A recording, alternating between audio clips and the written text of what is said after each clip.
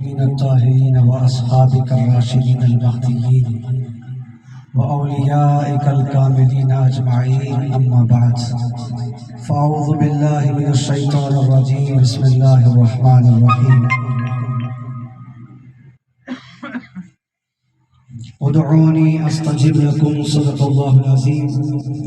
إن الله وملائكته يصلون على النبي يا أيها الذين آمنوا صلوا عليه وسلموا تسليما.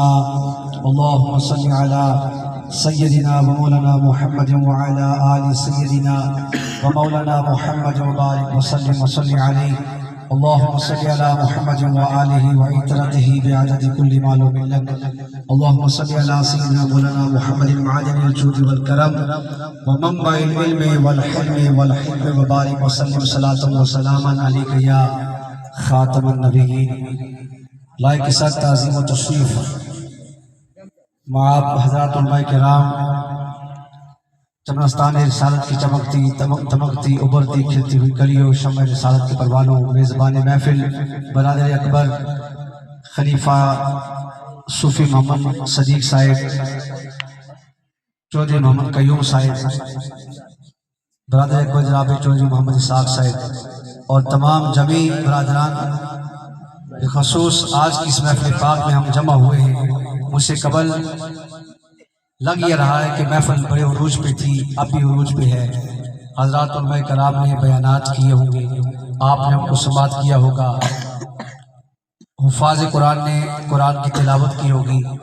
قرآن کی تلاوت، بیانات، تلاوت، نعت، میں اور صاحبزادہ حماد عبدالاسلام جنہوں نے نعت پڑھی ہے، بھانجے ہیں، یہ بھی آئے، انہوں نے بھی حاضری پیش کی. محترم چودھری صدیق صاحب نے لنگر تیار کیا. یہ ساری نیکیاں، یہ جتنی بھی عبادتیں ہوئی ہیں، ان کا کوئی نہ کوئی سبب ہے. ایک سبب ہوتا ہے، ایک مسبب ہے، ایک مسبب ہے. اللہ رب العالمین کی ذات مسبب الاسباب ہے. اور اس محفل پاک کو سجانے میں، ہم سب کے آنے میں، کوئی گجرانوالہ سے آیا، میں اسلام آباد سے آیا، کوئی کشمیر سے آیا، تو اس محفل کے سجانے میں کوئی ذات ایسی ہے جو سبب ہے، جو ان تمام نیکیوں کا سبب بنی، جو سورہ فاتحہ پڑھنے کا سبب بنی، سورہ بقرہ پڑھنے کا سبب بنی، سورہ ال عمران پڑھنے کا سبب بنی، پورا قرآن پڑھنے کا سبب بنی، لنگر تیار کرنے ہونے کا سبب بنی، ان بیانات کا سبب بنی، ان تمام نیکیوں کا سبب بنی. اور وہ جو سبب بنی ہے وہ کس کی ذات ہے؟ وہ ذات ماموں جان صوفی محمد طالب حسین صاحب مرحوم رحمۃ اللہ علیہ کی ذات ہے. تو نبی علیہ السلام کے حدیث مبارکہ ہے کہ الدال علی الخیر کفاعلہ، او کما قال، کہ نیکی کا سبب بننے والی ذات نیکی کرنے والے کی طرح ہے.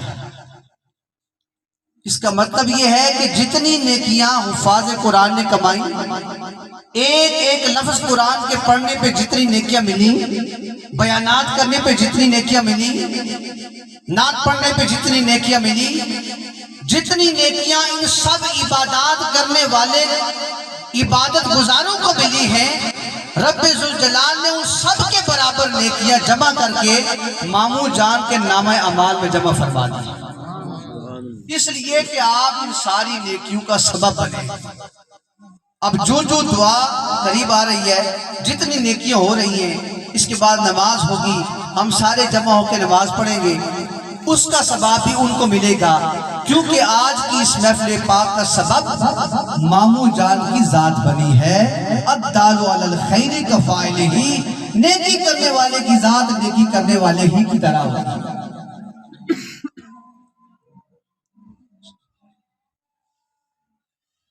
یہ سرٹیفکیٹ جاری کیا ہے. انہیں کس چیز کی ضرورت ہے؟ وہ تو حضور صلی اللہ علیہ وسلم کے عاشق بھی تھے ماموں جان. ساری زندگی وہ رزق حلال اور اس کے بعد عبادات کے اندر گزاری، اور اللہ کے گھر کی زیارت بھی کی، مصطفیٰ کریم کے در پہ حاضری بھی دی، درود پاک پڑھتے پڑھتے، کلمہ کا ورد کرتے کرتے زندگی بسر کی ہے. وہ دنیا سے چلے گئے، مگر ان کو آج ہماری طرف سے کس چیز کی ضرورت ہے؟ ہماری طرف سے وہ کون سا ہدیہ ہے جو بہترین ہدیہ ہم ان کو دے سکتے ہیں؟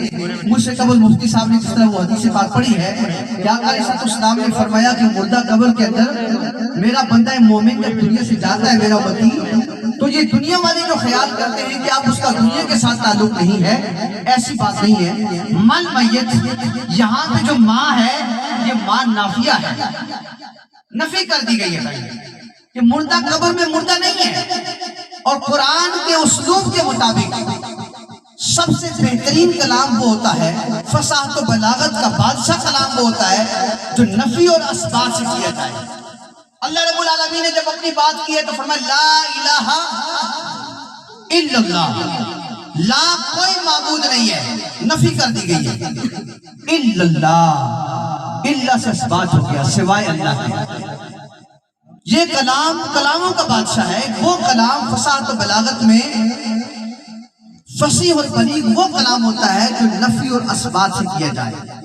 جب اللہ نے اپنی بات کی تو فرمایا لا الہ الا اللہ، بہت عام بات تھی، نفی کر دی گئی کہ کوئی معبود نہیں الا اللہ، سوائے اللہ کے۔ اسی لیے سلطان بول نے کہا کہ نفی اثبات دا پانی ملیا ہر لگے ہر جائی ہو، اور جب اپنے مصطفیٰ کی بات کی تو تب بھی وہی انداز اپنایا اور فرمایا وما ارسلناک، محبوب ہم نے آپ کو نہیں بھیجا۔ جس طرح یہ مکہ والے خیال کرتے ہیں نا کہ یہ عام انسان بنا کے بھیجا ہے، یہ بشر ہے، یہ نبی کیسے ہو سکتا ہے، یہ تو بازاروں میں چلتا بھی ہے، کھاتا بھی ہے، پیتا بھی ہے، جس طرح یہ اپنا جیسا بشر خیال کرتے ہیں۔ وما ارسلناک، محبوب کا ہے دعا بڑی پناہ ہے۔ ویسے دعائیں الگ عبادت ہے، نماز الگ عبادت ہے نا، روزہ الگ عبادت ہے، قرآن کی تلاوت الگ عبادت ہے۔ حضور رحمت عالم نے فرمایا النعمان بن بشیر رضی اللہ تعالیٰ عنہ قال قال رسول اللہ صلی اللہ علیہ وسلم الدعاء هو العبادہ، اور کما قال کہ دعا الگ عبادت ہے، یہ مستقل عبادت ہے۔ جس وقت چاہیں آئیے ایسی عبادت ہے کہ اس کو کرتے رہیں۔ اور ایک اور حدیث میں فرمایا الدعاء مخ العبادہ، دعا عبادت کا مغز ہے۔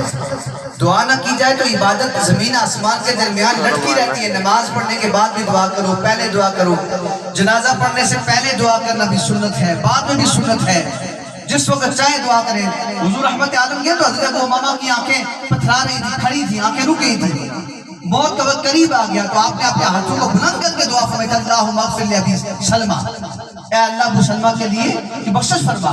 تو جنازے سے پہلے دعا کرنا بھی سنت رسول ہے، جب چاہیں جس وقت چاہیں دعا کریں، لیکن دعا کے لیے اس میں شرط کیا ہے؟ خلوص نیت کے لیے، جس نے کہا کہ والدین کے لیے دعا کریں فَأَخْلِصُ لَهُ الدُّعَا، وہ ان کے لیے خلوص نیت سے دعا کرنا، خلوص نیت سے دعا کرنا۔ تو خلوص نیت جو ہے نا یہ بہت عام ہے ہر عبادت کے اندر اور خصوص دعا کے اندر۔ اسی لیے حضور رحمت عالم نے فرمایا کہ نیت المؤمن خیر من عملہ، بندے کی جو نیت ہے نا وہ اس کے کام سے بہتر ہے۔ انما الاعمال بالنیات، تمام اعمال کا دار و مدار نیتوں پر ہے، تو نیت کے اندر خلوص ہو پھر بندہ دعا کرے۔ تو دعا ایک پناہگاہ ہے، اور اصال ثواب کی دعا جسے ہم استغفار کہتے ہیں، اس اصال ثواب کی دعا بھی، استغفار ایک ایسی عبادت ہے کہ یہ ہمارے لیے بہت بڑی پناہ ہے۔ حضرت مولا علی کرم اللہ وجہ الکریم آپ فرماتے ہیں کہ ہمارے پاس اللہ کی طرف سے دو بڑی امانیں ہیں کہ جن کے اندر ہم رہ کر اپنے آپ کو بچا سکتے ہیں۔ ایک تو بظاہر دنیا سے چلی گئی وہ حضور کی ذات ہے، اور دوسری استغفار ہے۔ بس اگر کامیاب ہونا ہے نا تو نبی پہ درود پڑھتے جاؤ اور مصطفیٰ کی بارگاہ میں استغفار، اور رب کی بارگاہ میں استغفار کرتے جاؤ۔ کائنات کے دو بڑے وظیفے ہیں، یوں تو ہر وظائف ہر صوفیہ کرام سارے اپنے اپنے وظائف دیتے ہیں، لیکن اگر حقیقت دیکھیں تو تمام وظائف کا نچوڑ دنیا کے سب سے بڑے دو وظیفے ہیں، ایک رب کی بارگاہ میں استغفار کرنا اور دوسرا مصطفیٰ پہ درود و سلام پڑھنا۔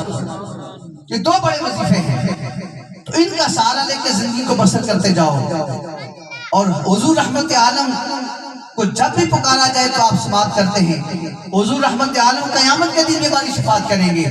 حضور رحمت عالم نے ارشاد فرمایا کہ اللہ رب العالمین نے لِكُلِّ نَبِيٍّ دَعْوَةً، اللہ تعالیٰ نے ہر نبی کو ایک ایک دعا دنیا میں عطا کی ہے. فَتَعَجَّلَ كُلُّ نَبِيٍّ دَعْوَتَهُ، ہر نبی نے دعا دنیا میں وہ مانگ لی ہے. ایک ایک دعا اللہ نے ہر نبی کو بطور تحفہ دنیا میں عطا کی ہے. وہ ہر نبی نے استعمال کر لی ہے. کسی نے اپنی امت کے لیے، کسی نے جو ہے اپنے دشمنوں کے خلاف، کسی نے کسی مقصد کے لیے. سب نبیوں نے وہ دعا جس جس کو ملی وہ اس نے استعمال کر دی. فَإِنِّي اخْتِبَعْتُ دعوتی لِشِفَاعَةٍ لِأُمَّتِي شِفَاعَةً إِلَى يَوْمِ الْقِيَامَةِ، او کما قال، مگر میرے پاس دعوت ہے، دعا ہے، میں نے وہ دنیا میں نہیں مانگی، وہ میں نے بچا کے رکھی ہے. یا رسول اللہ کس لیے بچا کے رکھی ہے؟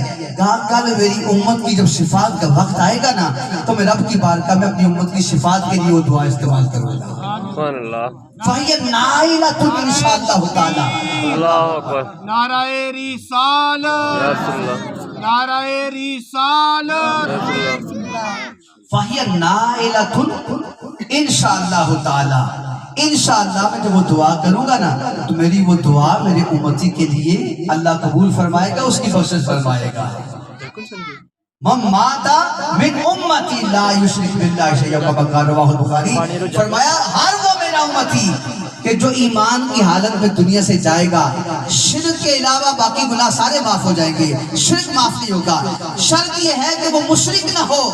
میرا جو بھی امتی دنیا سے جائے گا میں قیامت کے دن ہاتھوں کو اٹھاؤں گا، رب ذوالجلال اس کی بخشش کا اعلان فرما دے گا. تو رب ذوالجلال کی بارگاہ میں دعا کرتے ہیں کہ اللہ تعالیٰ مامو جان کے درجات کو بلند فرمائے اور ان کی قبر کو حد نکاح تک کشادہ فرمائے. انہیں ہماری دعاؤں کی ضرورت ہے. ہم ان کے لیے دعائیں مغفرت کریں، جب بھی کریں، جس وقت کریں، نماز کی حالت میں کریں، نماز سے باہر کریں. بس دعا کے لیے خلوص سے نیت کا ہونا ضروری ہے. رب ذوالجلال ان کے درجات کو بلند فرمائے. اللہ رب العالمین کی بارگاہ میں ہر وقت ادھر سے پکار ہوتی ہے، یا ابن آدم، اے ابن آدم، لو دعوتنی ورجوتنی غفرت لک ولا ابالی. اے میرے امت، اے میرے بندے، تو مانگ میری بارگاہ میں، جب تک تو مانگتا رہے گا، میری طرف رجوع کرتا رہے گا، غفرت لک، میں تیرے گناہوں کو بخشتا رہوں گا. ولا ابالی، مجھے کسی کی کوئی پرواہ نہیں ہے، کسی سے میں نے پرمیشن نہیں لینی ہے. جب تک تم میری بارگاہ میں بخشش مانگتے رہو گے میں تمہارے گناہوں کو بخشتا رہوں گا. یا ابن آدم لو بلغت جنونک عنان السماء ثم استغفرتنی غفرت لک ولا ابالی. اے ابن آدم، اگر تیرے گناہ آسمان کے کناروں تک بھی پہنچ جائیں لیکن پھر بھی پورے تیقن کے ساتھ، پورے یقین کے ساتھ تو میری بارگاہ میں یہ سمجھتا ہوا آ اور دعا کرتا ہوا آئے کہ میرا رب مجھے معاف کر دے گا، غفرت لک، پھر بھی میں تیرے گناہ کو معاف کر دوں گا، بخش دوں گا تیرے گناہوں کو. شرط یہ ہے کہ تو یہ سمجھے کہ وہ میرا کوئی رب ہے، مجھے بخشنے والا ہے، میری بخشش کرنے والا ہے. یا ابن آدم، اے ابن آدم، لو لقیتنی بقراب الارض خطایا، اے ابن آدم اگر تو زمین کو بھی گناہوں سے بھر کے آئے گا، ثم لقیتنی لا تشرک باللہ شیئا، پھر بھی فرمایا تو میری بارگاہ میں کسی کو شریک نہ ٹھہراتا ہوگا اور مشرک نہیں ہوگا، تو اس امید کے ساتھ آئے گا کہ میرا رب مجھے معاف کر دے گا، تو میں بھی تیرے سارے گناہوں کو زمین کو بخششوں کے ساتھ بھر کے میں تیرے پاس بھی آ جاؤں گا. اللہ رب العالمین